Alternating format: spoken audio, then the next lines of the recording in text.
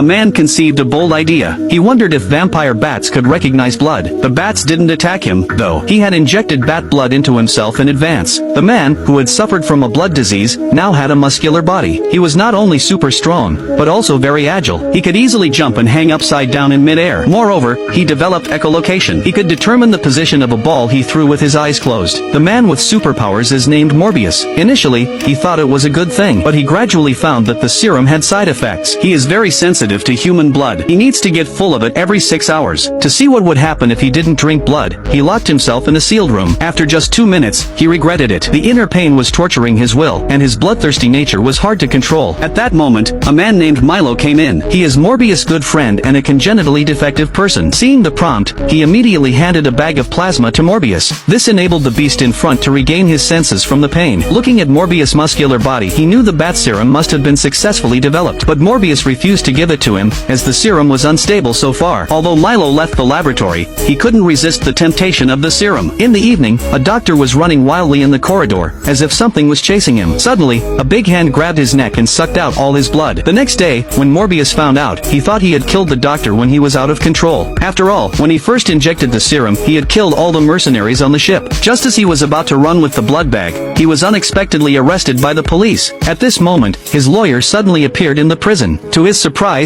it was Milo. Milo said he would bail him out, then tossed a bag of blood and left. Seeing his friend's cane left behind, Morbius realized it was Milo who had stolen his serum, and the female doctor was killed by him. The Milo, who was limping a second ago, was restored as soon as he got out of the prison gate. Morbius was furious. He drank up the blood Milo left, then flew out of the prison. He leaped between 100-meter-tall buildings. After reaching a rooftop, he activated his echolocation again. The sounds of the whole city were relayed back to his ears. Soon, he found Milo on the street. But not only did Milo admit to killing, he also said the pleasure of drinking blood was irresistible. The two men, disagreeing, had a fierce fight, all the way from the city center to the subway station.